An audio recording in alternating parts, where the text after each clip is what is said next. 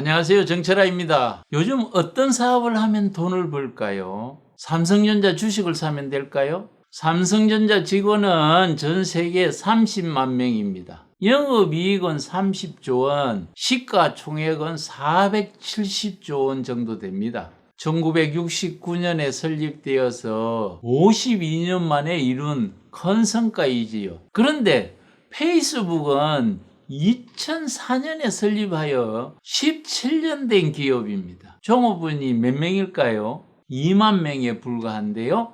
영업이익은 28조 원이고 시가총액이 863조 원이나 됩니다. 삼성전자보다도 인원은 28만 명이 적지만은 짧은 시기에 영업이익은 비슷해지고 시가총액은 1.2배나 많은 회사가 되어 있지요. 왜 이렇게 삼성전자보다도 빨리 성장하고 부가가치가 많이 날까요? 답은 간단합니다. 페이스북은 플랫폼 사업을 하기 때문입니다. 세계에서 돈을 잘 버는 회사가 어떤 회사일까요? 대부분 플랫폼 사업을 하고 있습니다. 돈 잘 버는 플랫폼 사업을 하는 회사는 어떤 회사가 있는지 한번 살펴볼까요?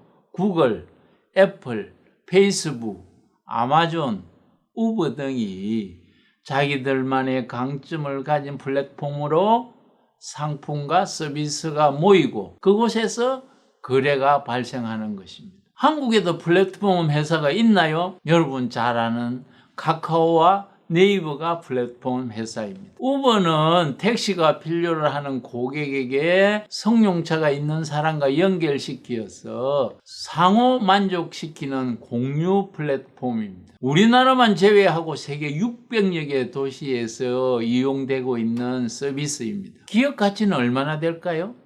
4년 만에 19조 원이 되었습니다. 에어비앤비는 숙소가 필요한 사람과 집을 가진 사람과 연결시키는 시스템으로 돈을 벌고 있습니다. 호텔을 소유하고 있지 않지만은 전 세계 호텔을 가지고 있는 것과 같은 서비스를 하고 있는 것입니다. 이런 회사들은 직접 상품을 사거나 팔지 않고 거래하는 좋은 환경을 제공해서 돈을 버는 것입니다. 우리나라 카카오와 네이버가 회사 출발은 늦었지만은 기존 회사들보다 성장이 빨라서 시가총액의 크기가 삼성전자, SK하이닉스, 그 다음이 카카오, 그 다음에 네이버입니다. 플랫폼을 가진 기업이 돈 버는 세상으로 바뀐 것이지요. 플랫폼의 의미를 아시나요? 플랫은 팽팽한 장소, 폼은 행태라는 뜻인데요. 처음에는 성광장이라는 의미에서 시작되었습니다. 그 후 무대, 놀이터라는 개념으로 발전해 갔습니다. 19세기에 전기기관차로 인해서 산업혁명의 출발점이 바로 기차역 플랫폼이었습니다. 4차 산업이 시작된 이후부터는 새롭게 생긴 플랫폼이 있습니다. 그것이 바로 디지털 플랫폼입니다. 그 플랫폼 속에서 상품과 서비스가 거래되는 세상이 도래한 것입니다. 사실은 이전에 이런 방식으로 돈을 번 사람들이 있었습니다. 포드는 컨베이어 벨트를 이용해서 생산 방식을 새롭게 혁신해서 돈을 많이 벌었습니다. 그 당시 자동차 생산 방식은 한 대 생산하는데 여러 명이 붙어서 조립하는 배치 생산 방식이었습니다. 생산성도 낮고 작업하기도 힘든 방식이기 때문에 생산량도 적고 그러다 보니 가격도 비싸서 부자가 아니면 살 수 없는 물건이 그 당시 자동차였습니다.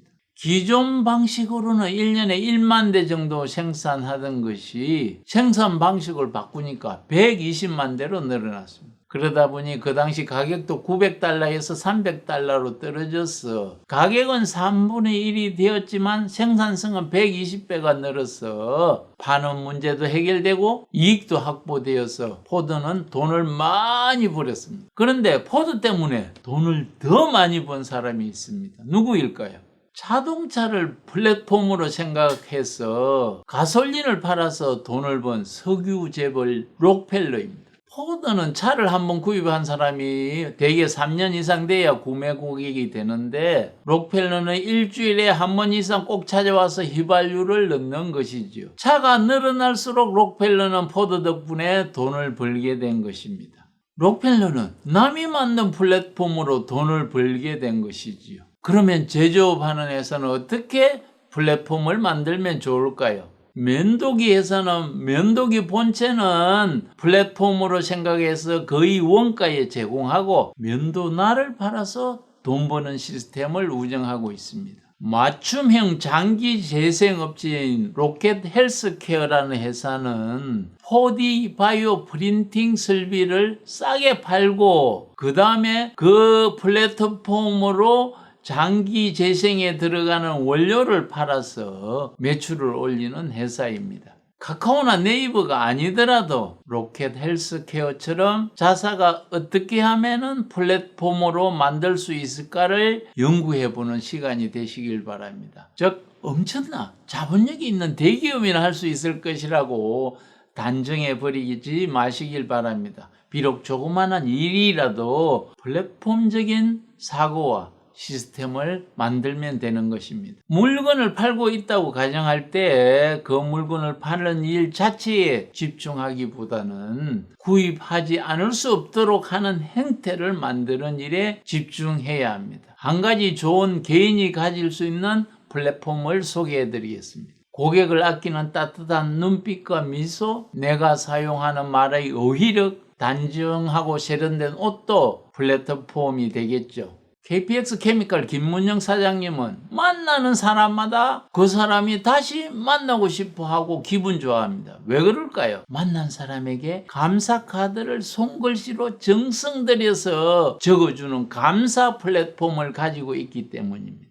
한번 적어준 사람의 감사 내용을 엑셀로 정리해 두기 때문에 중복해서 같은 내용의 감사는 되도록 적지 않습니다. 감사 내용이 항상 새롭기에 감사 카드를 받는 사람은 신선한 감동을 받게 되지요. 메마른 우리 사이에서 쉽게 눈에 띌 수 있는 나만이 가진 플랫폼 서비스 중에 하나의 예입니다. 큰 평수의 아파트, 고급 대형차가 우리 삶의 플랫폼이 아니라 행복한 가정을 꾸리는 일에 집중되었을 때 내 가정이 행복 플랫폼이 되어 있는 것이지요. 우리 가정의 행복 플랫폼이 타의 추종을 불허한다면 행복한 가정에서 성장한 자녀들은 이 사회에서 행복을 전하는 훌륭한 인물이 되어 있을 겁니다. 현대모비스 이주건 상무님은 행복가정 플랫폼 만들기에 해답을 가정 VM이라고 합니다. 가정에는 미션과 비전이 응접실 벽에 붙어 있습니다.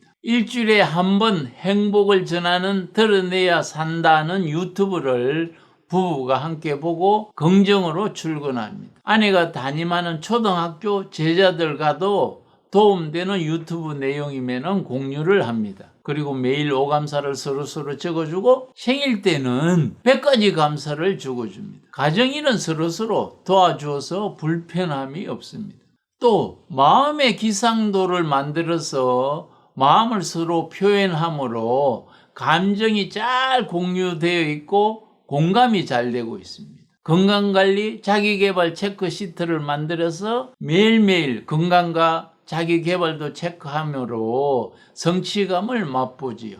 그래서 이주건 상무님 가정은 스위트 홈이 되는 플랫폼이 만들어진 것입니다. 이 채널은 꿈을 이루게 하고 행복을 정복시키기 위해 만든 채널입니다. 소중하게 생각하는 한 사람 있나요? 그렇다면 그 사람에게 이 유튜브 채널을 선물로 보내주시길 바랍니다. 그분이 행복한 삶으로 여러분에게 감사를 표현할 것입니다. 감사합니다.